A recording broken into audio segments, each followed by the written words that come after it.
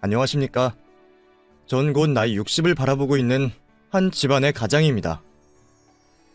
가족, 그리고 고부 갈등의 사연이 주가 되는 이곳에 제 이야기가 맞지 않을 수도 있지만 저로서는 생전 처음으로 황당한 일을 겪었던 경험이라 이야기를 하고 싶어 이곳에 사연을 투고하게 되었습니다. 제가 도시 생활을 정리하고 귀농을 하게 되면서 생긴 일인데요. 지금이야 이렇게 사연을 보낼 만큼의 여유가 생겼지만 고통을 겪고 있을 당시에는 흔히 사고가 마비된다고 하는 말처럼 이 상황을 슬기롭게 극복해낼 방법을 찾지 못하고 있었습니다. 이미 제 주위 사람들은 귀에 딱지가 앉을 정도로 들었던 이야기이고 요즘에는 저와 같이 귀농과 귀촌을 하시며 직접 고초를 겪으신 분들이 자신의 경험담을 말씀하셔서 많은 분들께서 아실 이야기입니다. 귀농을 하면서 마을 사람들과 부딪히게 된 일인데요. 오늘 그 이야기를 해볼까 합니다. 제 이야기를 재밌게 들어주시면 좋겠고 무엇보다 귀농을 준비하시고 계신 분들께서 마음의 준비를 단단히 할 수 있는 도움이 되었으면 좋겠네요.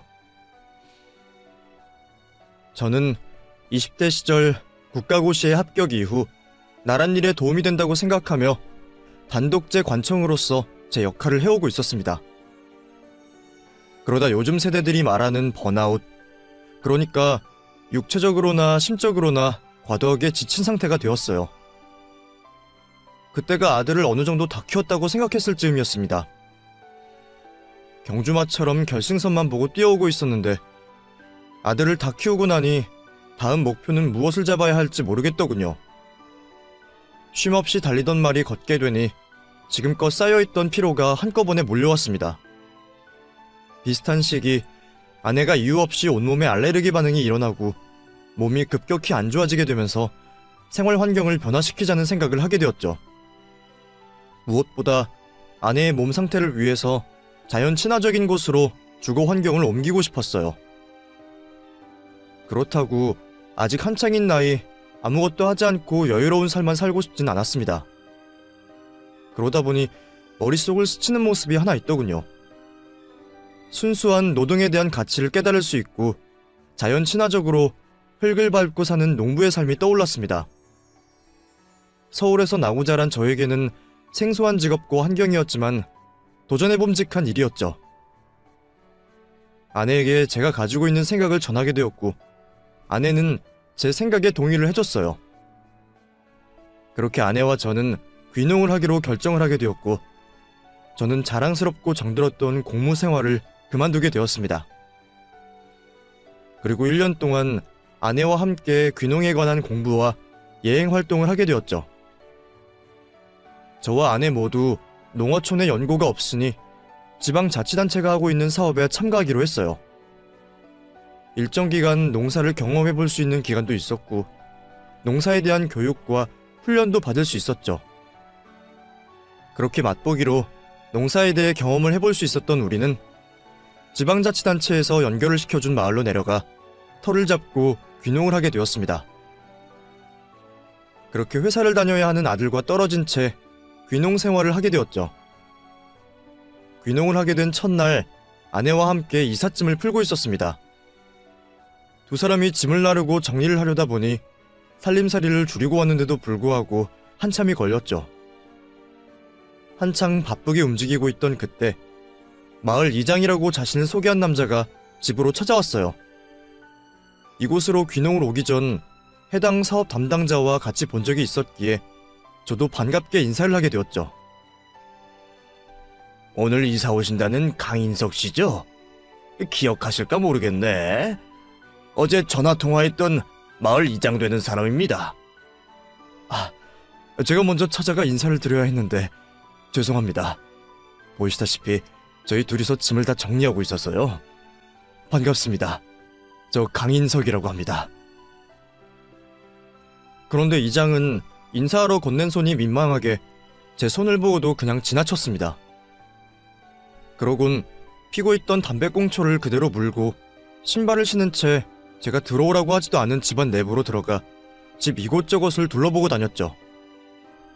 그러더니 마치 신발 벗는 걸 깜빡했다는 것처럼 말해왔어요. 아이고야, 신발을 신고 들어왔네. 뭐 괜찮죠? 어차피 짐 가지고 왔다 갔다 하다 보면 또 쓸고 닦아야 하니까. 불쾌하긴 했지만 새로 터를 잡게 된 곳에서 좋은 첫인상으로 시작하고 싶었기에 웃으면서 괜찮다는 말을 했고 이내 손님 대접을 하러 준비를 했습니다. 귀농을 하러 내려와서 집을 찾아준 첫 손님이기에 이삿짐이 덜 풀려 어수선하지만 최대한 대접을 하려고 했었어요.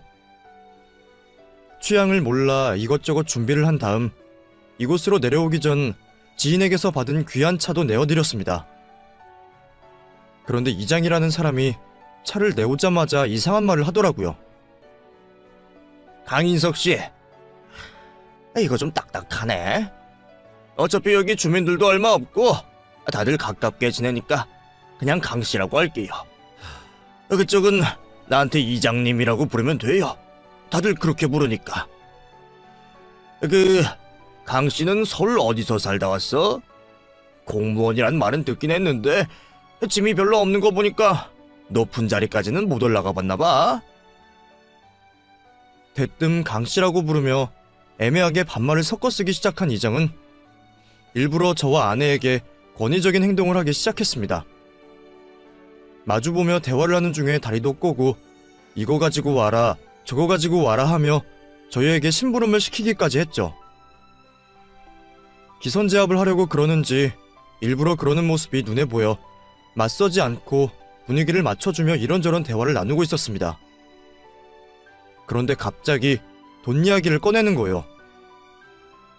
근데 강씨, 마을발전기금은 언제 물어보려고 가만히 있어? 돈 많아? 금액이 안 궁금한가 봐? 귀농 사업을 신청하고 이곳으로 들어오기 전 마을발전기금과 비슷한 내용의 돈을 사업 담당자에게 건네준 일이 있었기에 이장이 요구하는 마을발전기금은 처음 들어보는 내용이었어요. 순간 같은 내용의 돈이라고 생각했던 저는 이미 돈을 지급했다는 말을 전했죠. 그러더니 황당한 말이 돌아왔습니다. 그건 공식적으로 위에서 헤쳐먹을 거 다 헤쳐먹고 우리한테 떨어지는 돈이고, 진짜로 우리 마을의 발전을 위해서 내는 돈, 그 돈 달라는 거지. 그제서야 이장의 말뜻을 알 수가 있었습니다. 그러니까 정식으로 낸 발전기금 외에 사적으로 마을에 필요한 돈을 내라는 거였어요. 어이가 없었지만 돈 가지고 얼굴 붉히기 싫었고 이전부터 지켜오던 마을에 자치규약이 있을 수도 있으니 괜한 문제를 만들고 싶지 않았습니다. 이제부터 이곳에서 늙어 죽을 때까지 시간을 보내야 했으니까요. 그래서 발전기금이 얼마가 되냐고 물어보게 되었죠. 제가 들은 바가 없어서 잘 몰랐네요. 그럼 마을 발전기금이 얼마 정도 될까요? 강 씨는 집 고친다고 문제된 것도 있고 우리가 도와줄 일도 많으니 한 5천만 내. 뭐 서울에서 살다 온 사람한테 돈 5천이 돈도 아니겠지만. 말도 안 되는 금액이었습니다. 돈 5천이 애 이름도 아니고 어떤 식으로 쓰이는지도 모르는 돈을 5천만 원이나 달라고 하니 반감이 생길 수밖에 없었죠. 어이없어하는 저에게 이장은 눈치를 보며 협상을 해왔어요. 원래는 5천 받아야 하는데 강씨 살림살이를 보아하니 서울서 형편도 넉넉하지 못했던 것 같은데 내가 2천만 원으로 깎아줄게. 이 대신 다른 사람들한테는 비밀이야. 그리고 돈을 3천이나 아꼈는데 나한테 틈틈이 작은 성의도 좀 보여주고. 말만 마을을 위한 돈이라고 하고 있었지 사실상 갈취나 다를 게 없었습니다. 그쯤 되니 돈 액수를 떠나 1,000원짜리 한 장도 줄 수가 없었어요. 얼굴에는 최대한 불쾌함을 숨긴 채 발전기금이라 요구하는 돈을 줄 수 없겠다고 말했습니다. 그랬더니 이장은 방금 전까지 잘 마시고 있던 찻잔을 발로 차며 기분 나쁜 티를 내기 시작했어요. 아니 강씨, 앞으로 우리 마을 살면서 마을 주민들한테 돈 받을 일 하나도 없을 것 같아? 타지에 와서 사람들 불안하게 만들고 우리가 개척해놓은 터전에서 살려면 그에 맞는 돈을 내야지. 그냥 쓰겠다는 건 완전 도둑놈 심보 아니야. 말씀이 좀 지나치십니다. 말씀하신 명목의 비용은 귀농 사업을 담당하는 군청에 냈습니다. 그리고 이웃 간에 서로 돕고 사는 거지. 그 돈에 따라 행동하는 게 어디 있습니까? 의례적으로 내는 돈 같아서 웬만하면 내려고 했는데 무슨 몇천 단위로 금액을 말씀하세요? 그럼 내가 그 돈 낼 테니 어떤 식으로 어떻게 쓰이는지 확인할 수 있겠습니까? 그럼 뭐 내가 강씨 속여서 내 주머니 챙긴다는 소리야? 이 사람이 서울에서 살다 와서 이러나? 왜 일을 어렵게 만들어? 당신 지금 내가 촌에 산다고 무시하는 거야? 그리고 못 내겠다고 쉽게 말하면 되는 걸 뭘 그렇게 어렵게 말을 해? 당신 괜히 말 꼬아서 나 알아듣기 어렵게 하려는 거지? 하여튼 이 도시놈들은 지네들이 다 알고 지네들 말만 맞는 줄 알지? 강씨 당신이 우리 마을로 들어온 거야. 로마에 가면 로마법 따르듯 당신은 우리 말을 따라야 한다고. 내가 여기 통장번호 알려주고 갈 테니 며칠 안으로 발전기금 내놓고 우리 한마을 사람으로 살아갑시다. 알겠어요?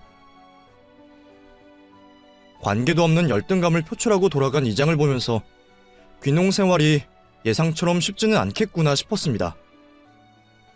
그날부터 저와 아내의 귀농 생활은 꼬이기 시작했어요. 물론 그때는 얼마나 고생을 하게 될지 모르고 있었지만요. 다음날 아침 짐 정리를 끝마친 저와 아내는 일찍이 집을 나와 미리 준비한 선물을 가지고 마을 주민들 집으로 찾아가 인사를 올리게 되었습니다. 그런데 다들 아내와 저에게 차갑게만 대하더군요. 낯선 외지인의 방문에 아직은 어색해서 저러나 싶어 본체 많지 않은 주민들의 모습에도 최대한 밝게 웃으며 다가갔죠. 하지만 어떤 사람은 마을에 자리를 잡은 저희가 불편했는지 서울 사람 들먹이며 선물을 가지고 트집을 잡았어요. 아이고, 서울 사람들은 인사할 때 요 아무짝에도 쓸모없는 선물 주면서 생색내요? 난 또 서울에서 왔다고 하길래 엄청 기대를 했더니 이런 건 집에도 많으니까 가져가요. 실용적인 물건이 취향을 타지 않을 거라고 생각해서 선택한 선물이었는데 불평불만을 꺼내는 주민들을 보니 선물을 잘못 선택했나 싶었습니다. 거기다 어떤 사람은 귀농 온 지 이틀 만에 안 된 저희에게 괜히 동네 분위기 흐리지 말고 떠나라는 말까지 했죠. 다른 곳에서 댁들 같은 사람들 많이 봤어요. 다들 농사가 쉬운 줄 알고 덤비는데 만만치 않으니 괜히 동네 분위기만 흐리지 말고 지금이라도 마을 떠나주세요. 저희 예행이긴 하지만 농사 경험도 있고 절대 가벼운 마음에 내려온 것도 아닙니다. 농사 망쳐도 잘 될 때까지 이곳에 자리 잡으려고 노력할 테니 좋게 봐주세요. 어쨌든 금방 떠나게 될 텐데 괜히 마을 사람들과 어울리려고 하지 마요. 우리 마을 사람들 중 외지인 반기는 사람 없으니. 외지인들에게 호의적이지 않다는 건 교육을 통해서나 언론을 통해서 알고 있었기에 크게 개의치 않아 하고 있었습니다. 이곳에서 오래 지내며 마을 사람들에게 마음을 주다 보면 언젠가 열릴 거라는 생각을 가지고 있었죠. 그런데 한 주민이 마을 사람 모두가 저희에게 냉랭하게 구는 이유를 말해주는 거예요. 바로 어제 이장과 있었던 일 때문이었죠. 어제 일로 이장이 화가 난 상태이고 다음날 바로 사과를 하러 오지 않아서 제가 이장에게 찍혀 고생 좀 하겠다는 말이었어요. 그제서야 마을 주민 대부분이 이장의 편이라는 걸 알게 되었죠. 걱정이 되긴 했지만 누가 봐도 이장이 억지를 부렸던 게 사실이고 저와 이장 두 사람 사이의 일이니 다른 주민들과는 부딪힘이 없을 거라고 생각했습니다. 그런데 바로 그날 문제가 발생했죠.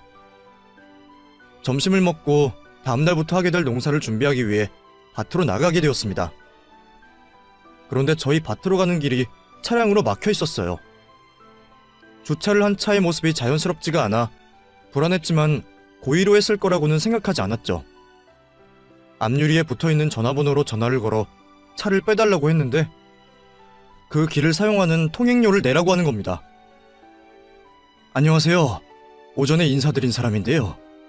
다름이 아니라 저희 밭으로 가는 길에 차량이 주차되어 있어서요. 혹시 멀리 계시지 않으시면 차 좀 빼주시겠어요? 차야 빼는 건 어렵지 않죠. 근데 통행료 냈어요? 네? 통행료요? 이 도로 사유지가 아니지 않나요? 사유지는 아닌데 우리 마을 사람들이 만든 길이니까 통행료를 내야죠. 얘기 들어보니까 마을 이장이 내라고 했던 마을 발전기금도 안 냈다면서요. 그러면 우리 마을 주민이 아니니까 통행료를 내야 해요. 말이 되지 않는 소리에 논리적으로 따지고 들었더니 어제 저와 대화를 했던 이장이 전화를 바꿨습니다. 내가 옆에 듣다 못해서 받았는데 강씨 계속 이렇게 삐딱선 탈 건가? 그놈의 논리 좋아하는 것 같은데. 그러면 지금 강씨가 밟고 있는 땅 중에 강씨 조상님께서 개척하신 곳이 한 군데라도 있어? 없잖아. 여기 전부 우리 마을 조상님이나 어르신 또 우리들이 만든 땅이야. 그러면 주민세 내는 것처럼 돈을 내야지. 말씀드렸죠. 군청에 발전기금 명목으로 낸 돈이 있다고. 그리고 저도 이곳 살면서 앞으로 세금 낼 만큼 내고 살 겁니다. 그런데 따로 통행료다, 발전기금이다 해서 돈을 더 내라고 하면 이건 잘못된 거죠? 난 모르겠고 내가 달라는 돈 안 주면 앞으로 이런 일 계속될 테니까 그렇게 알고 있으면 됩니다. 전화만 끊습니다. 화가 나서 마을 이장이라는 놈과 주차를 한 주민을 찾아가려고 하는데 아내가 저를 말렸습니다. 내일 당장 이곳을 정리하고 떠날 게 아니라면 상대하지 말자고 했죠. 결국 그날은 집으로 들어가 화가 난 속을 식혀야 했습니다. 그런데 그 다음 날도 또 그 다음 날도 마을 사람들은 자신들의 차량을 돌려가면서 길을 막았죠. 결국 저와 아내는 차량을 세워둔 채 차 옆으로 돌아가 밭으로 들어가야 했어요. 그러다 차 옆으로 돌아가던 아내가 넘어질 뻔하여 중심을 잡다 차량에 미세한 스크래치를 남기게 되었습니다. 그런데 이거 가지고 아주 생떼를 쓰더군요. 이거 솔직히 일부러 그런 거죠? 그러지 않고서야 어떻게 여길 긁어먹어? 일부러 그런 거 아니고요. 아내가 중심을 잡다 생긴 상처입니다. 어떻게 되었든 간에 저희 때문에 생긴 상처이니까 수리 비용은 드릴게요. 이 사람 내가 시골에서 산다고 누굴 바보로 하나? 왜 여기만 말해요? 여기도 저기도 그쪽이 긁어먹은 것 같은데. 무슨 소리입니까? 그 뒤쪽은 길이 없어서 그 근처로 가지 않았는데. 그리고 애초에 차량을 거기에 주차 안 했으면 이런 일도 없잖아요. 일부러 우리 못 지나가게 하려고 해놓고 이젠 우리가 안 한 것도 했다고 만들어요? 나 참 어이가 없네. 그럼 우리 마을 사람들한테 물어볼까요? 내가 차를 얼마나 애지중지하면서 다루는데 여태 상처 하나 없던 채였다고 이 사람아. 남자의 말에 마을 사람 모두 벌떼처럼 달려들어 저희가 한 잘못으로 몰아갔습니다. 생떼를 쓰는 거였지만 저희에게 가진 증거가 없으니 더는 문제 삼지 않고 어느 정도 합의를 하는 선에서 수리비를 주게 되었죠. 그날 이후 정말 다 말하기도 힘든 일을 겪게 되었습니다. 아마 제가 마을 사람들에게 겪은 일을 설명하라면 밤을 새고도 할 수 있을 거예요. 통행료야 저희가 이장과 마을 사람들 말을 무시하고 걸어다니면 되었지만 밭에 물을 대는 건 몰래 할 수가 없으니 돈을 줘야 했죠. 결국 울며 겨자 먹기로 물세를 주게 되었습니다. 또 밤마다 우리 집 앞에서 술을 마시고 노래를 부르며 일부러 저희 부부를 위협하기도 했고 마당에 널어놓은 빨래들을 몰래 훔쳐가기도 했습니다.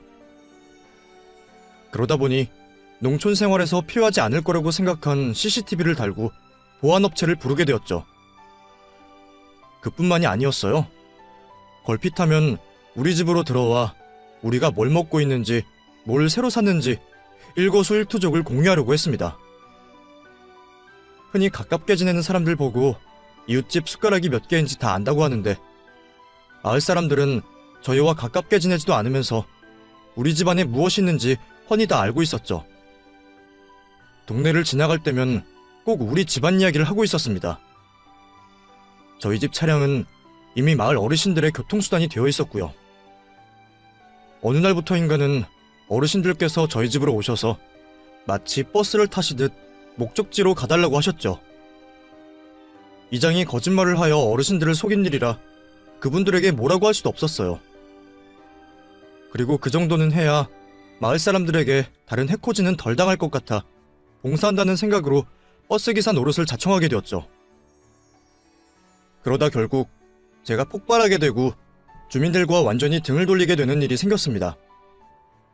제가 밭에서 시간을 좀 더 보내는 사이 아내가 먼저 집으로 내려가 점심 준비를 하고 있었어요. 그런데 마을 사람들 중 이장을 따르는 몇몇 남자들이 기척도 없이 아내 혼자 있는 집으로 들어왔다고 합니다. 그리고는 커피를 타달라고 말을 했다고 하네요. 저희 부부는 믹스 커피를 마시지 않고 원두를 갈아서 마시는 드립 커피를 마시고 있는 터라 설명을 하고 커피를 내주게 되었는데, 그거 가지고 신맛 나는 가짜 커피 가지고 와서 촌사람 취급하며 놀린다며 아내에게 윽박을 지르고 갔다고 합니다. 밭에서 내려온 제가 아내에게 그 말을 듣고 길길이 화를 냈는데, 아내는 그 사람들이 이런 일 겪고 또 찾아오겠냐며 이번에도 저를 말렸어요. 자신들이 말한 것처럼 촌사람이라 진짜 커피 모르는 거니 무시하라며 화를 내고 있는 저를 말렸죠. 그런데 그 일이 있고 얼마 지나지 않아 또 아내 혼자 있는 집에 자기들 마음대로 벌컥 문을 열고 남자들이 들어왔다고 합니다.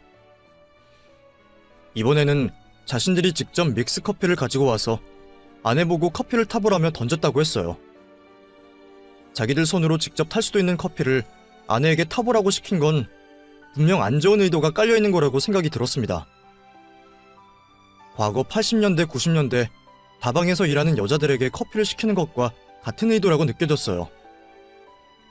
아내 혼자 있는 집을 마음대로 들어왔다는 것도 화가 나는 판에 더 이상은 참을 수가 없었죠.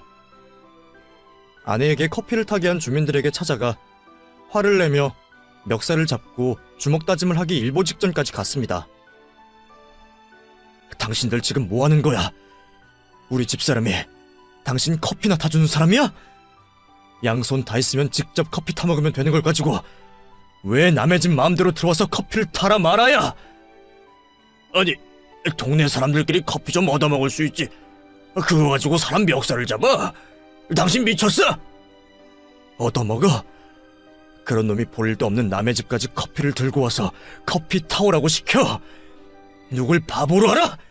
당신들 일부러 이러는 거잖아. 이것들이 내가 참고 가만히 있으니까 사람을 물러봐. 아내에게 커피를 타게 했던 남자들과 다툼을 벌이고 있을 때 이장이 나타나 중재를 하는 척하며 저에게 동네를 떠나거나 발전기금을 내놓으라는 말을 또다시 해왔습니다. 이거 참, 자네들까지 왜 이래? 아무리 외집 사람이 이상한 짓을 한다고 해도 자네들까지 이러면 안 되지. 그만해. 아이 강씨, 이거 지금 뭐 하는 거야? 왜 조용한 동네를 시끄럽게 만들어? 왜 순한 사람들 들쑤시고 다니냐는 말이야? 내가 말했지. 좋게 지내고 싶으면 발전기금을 주던가 아니면 그냥 우리 동네 나가달라고. 왜 이렇게 고집을 피워? 서울은 어떤지 모르겠지만 여기는 강씨 하고 싶다고 다 되는 곳이 아니야. 서로 더 큰일 생기기 전에 빨리 결정해줘.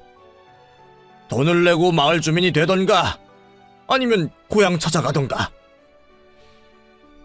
그 말에 더 흥분을 하게 되었고 잡아 죽이겠다며 이장에게 달려들었죠. 다행인지 아닌지 모르겠지만 아내가 미리 경찰을 불러 큰일은 치르지 않게 되었어요. 그날 이후 저는 마을 사람들에게 생긴 적의를 숨기지 않았습니다. 물론 마을 사람들 뒤에서 저를 괴롭히라고 지시하고 조정하는 이장에게도 증오하는 모습을 숨기지 않았죠. 그렇게 마을 주민들과는 더 멀어지고 따돌림을 받으며 괴롭힘을 받고 있을 때 구세주처럼 다른 귀농 가구가 마을로 들어왔습니다. 드디어 마을 주민들 이외에 마음을 터놓고 이웃으로 지내게 될 사람들이 생겨 기뻐하고 있었죠. 그런데 이장은 저를 타겟으로 잡았는지 다른 귀농 가구에게는 마을 발전 지원 기금의 발자도 꺼내지 않았다고 했습니다. 그리고 그 귀농 부부에게 저와 아내가 도시에 있을 때 범죄를 저질러 이웃 주민들의 손가락질을 이기지 못하고 시골로 들어와 살게 되었다는 거짓말까지 지어냈죠. 아니라고 말해봤지만 마을 사람들 모두 한 통속으로 다른 귀농 가구를 속이고 있으니 저희 말을 믿어줄 리가 없었어요. 결국 그 집 사람들과도 어울릴 수가 없었죠. 새로운 마음, 건강한 몸을 찾기 위해 선택한 귀농이 오히려 도시와 직장에 있을 때보다 더 큰 스트레스로 다가오자 너무 힘들었습니다. 일주일 내내 그곳에 있으면 괜히 몸이 더 아픈 것 같아 아내와 함께 아들의 집으로 올라가게 되었죠. 집을 나서는 것도 일이었습니다. 혹시 마을 사람들이 우리 부부가 없는 틈을 타 집에 무슨 짓을 할까 싶어서 문단속을 몇 번이나 해야 했죠. 그렇게 주말을 맞아 올라간 아들의 집에서 괴로운 마음에 과음을 하게 되었고, 아들에게 이전까지 말하지 못했던 귀농을 하고 난 이후의 사건들을 말하게 되었어요. 그리곤 술에 취해 잠들게 되었죠. 다음 날이 밝고 저와 아내는 집으로 돌아갈 준비를 하고 있었습니다. 그런데 아들이 저희와 함께 귀농한 집으로 내려갈 채비를 하고 있는 거예요. 혹시 어제 저에게 듣게 된 이야기 때문에 저희와 내려가는 건가 싶어 사전에 엄한 일은 방지하고자 저희들끼리 가겠다고 했죠. 내일 출근하면서 뭐하러 우릴 데려다 주려고 해. 버스 타고 가면 금방이야. 넌 그냥 집에서 쉬어라. 저도 딱히 할 게 없어서 그래요. 드라이브나 할 겸 모셔다 드리는 거니 저 너무 신경 안 쓰셔도 돼요. 너 혹시 어제 내가 말한 일 때문에 이런 거 아니지? 그렇다면 괜히 너까지 나설 필요 없어. 아니에요. 정말 모셔다 드리고 바로 올라올 거예요. 아들의 말을 듣고 우려하던 일은 생기지 않겠구나 싶었습니다. 제가 묻는 말에 저렇게 대답을 하기도 했고, 덩치는 남산만 했어도 성격은 여리고 착한 아이라 화 한 번 제대로 낸 적 없는 아이였으니까요. 그렇게 내려갈 준비를 마친 우리는 아들의 차를 빌려 타고 집으로 향하게 되었죠. 고속도로를 타고 내려갈 때까지는 아무렇지 않았는데 지역 톨게이트를 지나고 마을에 가까워지자 괜히 긴장이 되기 시작했습니다. 아내 역시 불안해 보이는 건 마찬가지여서 제가 아내의 손을 꽉 잡아주었죠. 드디어 육안으로 마을이 보이기 시작했고 마을 어귀에 진입을 하여 집으로 향하던 때였어요. 그런데 하필 그 시간에 이장과 그를 따르는 마을 주민들이 한데 모여 있었습니다. 낯선 차량이 마을에 들어오니 다들 경계하는 눈빛을 보였고 마치 검문을 하듯 아들의 차량을 멈춰 세웠죠. 어디 들어가는 거예요? 저희 부모님 댁으로 모셔다 드리려고요.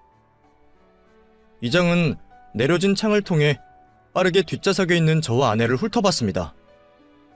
그리곤 괜히 시비를 또 걸기 시작했죠. 당신의 아들인가 보네. 근데 이 집 아저씨는 서울에서 공무원이 했다는 사람이 자식 교육은 개판으로 했나봐. 어째 어린 애새끼가 어른 보고도 인사를 먼저 하지 않고 지 할만만 먼저 이야기하고. 괜히 시비를 걸어오는 이장 때문에 아들도 당황해하고 있을 때 이장은 전에도 말해왔던 길 이용료와 함께 발전기금을 아들에게 재촉을 해왔습니다. 됐고, 자식 새끼가 왔으니 부모가 미루는 거 해결하고 가. 그쪽 부모님이 이 마을에서 살면서 발전기금 아직도 안 낸 거 알고 있지? 그리고 지금 자네 차량이 밟고 있는 이 길 통행료도 아직까지 안 내고 저렇게 버티고 있네. 자네도 부모님 데려다주고 집으로 올라가야 할 거 아니야. 그런데 우리 땅 밟았으니 사용료를 내야지. 안 그래? 긴 말 할 거 없고 내가 금액 불러줄 테니 지금 계좌이체하고 가. 지금 우리 아들한테 무슨 말을 하는 겁니까? 당신 왜 애먼 사람한테까지 억지를 부려요? 상혁아, 저 사람 말 신경 쓰지 말고 우리는 여기서 내릴 테니 차 뒤로 빼서 집으로 가. 말이 통하지 않는 사람이니 아들과 더 이상 말을 섞게 할 수 없었습니다. 아들에게 돌아가라고 했죠. 그런데 그 순간 제 이야기가 끝나기도 전에 아들이 자신의 차문을 힘껏 열었어요. 그러다 운전석까지 얼굴을 들이밀고 있던 이장이 길바닥에 나자빠졌죠. 저희 부부가 깜짝 놀라하는 사이 아들은 넘어진 이장을 양손으로 일으켜 세워 멱살을 잡았습니다. 어린 놈의 새끼가 이게 뭐하는 짓이야? 너 이 새끼, 너네 애비애비가 이러라고 시켜서 온 거지? 이것들이 내가 누군 줄 알고 이따위 짓을 해? 너 이러고도 니네 애비애비가 여기서 무사히 붙어있을 줄 알아? 차에서 내리고는 뒷문을 잠근 아들로 인해 잠시 동안은 아들이 이장에게 하고 있는 행동을 지켜볼 수밖에 없었어요. 아들에게 매달려 있는 이장은 말은 강한 어조로 하고 있었지만 잔뜩 겁을 먹은 듯한 표정이었습니다. 그럴 만한 것이 앞에서 설명한 것처럼 아들의 덩치가 상당히 큰 편이었거든요. 키는 190이 넘고 오랫동안 헬스를 해와서 몸이 떡하니 벌어져 있었습니다. 평생 농사를 지어온 이장도 다부진 체격이긴 했지만 아들에 비하면 비실비실한 몸이었죠. 이장은 자신의 말을 귓등으로 듣지 않는 아들을 쉽게 제압할 수 없겠다고 생각이 들자 저와 아내를 지목하며 사람들을 선동하기 시작했습니다. 김씨 뭐해? 어서 사진 찍어. 내가 이놈의 새끼한테 협박당하는 거랑 저기 전현놈들 차에 앉아서 지켜보고 있는 것까지. 저거 보이지? 저것들이 지 아들한테 복수해달라고 사주한 거야. 에라이 못된 년놈들. 애초에 마을에 어울리지 않으려고 한 외지 사람 들이는 게 아니었어. 저것들이 우리 마을 필요한 건 다 이용해놓고 막상 우리 마을에 와서 내놓은 게 뭐가 있어. 지들만 잘 먹고 잘 살려고 저러는 거 아니야. 저런 년놈들 많아지면 원래 잘 살고 있던 우리 마을 사람들 다 쫓겨난다니까. 다들 그렇게 생각 안 해? 저것들 아주 우리 땅에 발끝 하나 못 들이게 쫓아내야 돼. 그래야 말을 이어가던 이장은 갑자기 바닥에 쓰러지며 가슴을 부여잡았습니다. 이장의 헛소리를 듣고 있던 아들이 허리춤에 차고 있던 무엇인가를 이장 가슴에 꽂았거든요. 아들에게 가슴을 맞은 이장은 과장된 몸짓과 소리를 치며 바닥에 뒹굴었습니다. 아이고 나 죽겠네 나 죽겠어. 다들 이거 봤지? 이제 하다 못해 이것들이 사람까지 친다니까. 아이고. 한참 동안 엄살을 부리던 이장은 자신의 손에 잡히는 신문을 옆으로 치워놓다 무엇을 봤는지 다시금 신문을 들어 확인을 했죠. 그리고는 저와 신문을 번갈아 봤습니다. 그러더니 갑자기 이장의 얼굴이 새하얗게 질려갔고 엎어진 자세에서 그대로 무릎을 꿇고 기어오며 저에게 빌기 시작했죠. 아이고 강씨, 아니 형님, 제가 죄송합니다. 저보다 형님이시고 귀한 분인데 제가 몰라 뵀었습니다. 코딱지만한 시골 촌구석에 있다 보니까 제가 세상 돌아가는 걸 모릅니다. 또 제가 무식하긴 얼마나 무식합니까? 제가 앞으로 두 분께서 저희 마을에 생활하실 때 불편한 거 하나 없게 만들 테니 제발 이전 일은 없었던 일로 좀 부탁드리겠습니다. 제가 정말 잘못했습니다. 방금 전까지만 해도 입에 험한 말만 늘어놓던 이장이 갑작스레 태도를 바꿔 저와 아내에게 하지 않던 존칭을 쓰고 잘못을 했다며 빌어왔어요. 도대체 왜 이러나 싶어서 이장이 손에 들고 있던 신문을 펼쳐보았는데 그곳에서는 퇴직을 하기 전 찍힌 사진이 있었습니다. 그리고 그 옆에는 저와 절친한 후배 동료도 같이 나와 있었죠. 신문에 있는 그 사진을 보니 이장이 왜 이러는지 알 것 같았어요. 사실 사진 속 저와 같이 찍혀있는 후배는 제가 이곳으로 귀농을 하기로 결심을 하게 만들어준 사람이었고 동시에 이 마을의 유일무이한 자랑이자 지금까지 마을의 지원을 아끼지 않고 해주고 있는 사람이었죠. 저보다 더 일찍이 퇴직을 했던 후배는 자기가 태어나고 지냈던 고향이 쇠락해가는 모습에 가슴 아파했고 자신이 나서서 고향을 일으켜 세울 수 있는 일을 할 수 있길 바랬습니다. 그래서 퇴직을 하고 1년간 휴식과 함께 공부를 했고 그렇게 시작한 일이 자신의 고향이 속해 있는 도 군청과 사기업들을 연결시켜 농업기술 연계, 귀농인 사업, 농업 활성화 투자 등등 인력난과 미비된 시설로 인해 고생을 하고 있는 지역의 발전을 도모하고 도움을 주는 단체회장을 하고 있었죠.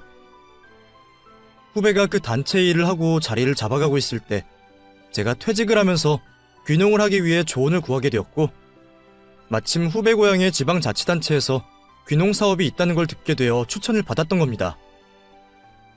그래서 제가 그곳으로 오게 되었던 거였고요.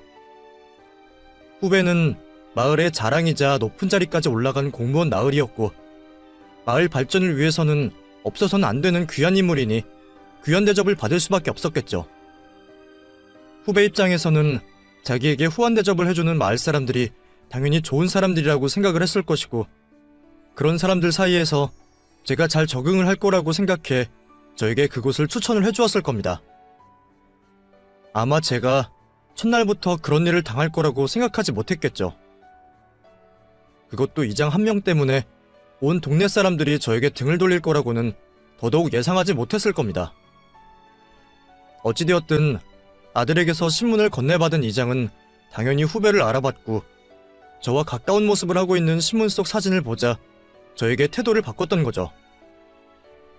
비굴한 태도를 보이고 있는 이장에게 아들이 직접 저와 후배의 끈끈한 사이를 알려주었어요. 아들이 하는 말을 듣고 이장도 놀라고 있었지만 그 모든 내용을 옆에서 듣고 있던 마을 주민들이 더 많이 놀라고 있었습니다. 마을 사람 모두에게 존경을 받고 있었던 후배였던 만큼 아들의 말에 다들 자신들이 저와 아내에게 저지른 잘못들이 생각났는지 어쩔 줄 몰라 하고 있었죠. 마을 이장이 전보다 더 애타게 자신의 잘못을 빌어왔지만 그 인간에게 사과는 받고 싶지 않았습니다. 그때 하던 사과도 진심이 있다고는 생각이 들지 않았으니까요. 무릎을 꿇고 두 손을 싹싹 빌고 있는 이장을 무시한 채 저와 아내는 아들의 차량을 타고 집으로 들어갔습니다. 아들에게는 일이 잘못되었으면 어쩔 뻔했냐며 말을 하면서도 일을 해결해준 아들에게 고맙다는 말도 잊지 않고 해주었죠. 아들이 아니었으면 이장과 마을 사람들 행동에 지쳐 어렵게 결심한 귀농을 포기했을 겁니다. 한결 가벼워진 마음으로 아내와 아들과 함께 오늘 해결된 일을 축하하는 저녁 식사를 하게 되었고, 즐거운 시간을 보낸 뒤 아들을 집으로 돌려보내게 되었죠. 콧노래가 절로 나오는 상황에 아내에게 마저 쉬라고 한 뒤 저녁 식사를 하고 나온 설거지를 하고 있었습니다. 그런데 누군가 저희 집 초인종을 눌러왔어요. 고무장갑을 낀 채로 인터폰을 확인하러 갔는데 예상 밖에도 마을 주민이 찾아와 있었습니다. 제가 주민을 보고 놀랐던 이유는 우리 집을 찾아왔기 때문이 아니었습니다. 동네 사람들이야 아내와 저를 괴롭히려고 제 집 드나들듯 하루에도 몇 번이고 왔다 갔기 때문에 놀랄 이유가 없었죠. 제가 놀란 이유는 그들이 초인종을 눌렀다는 거였어요.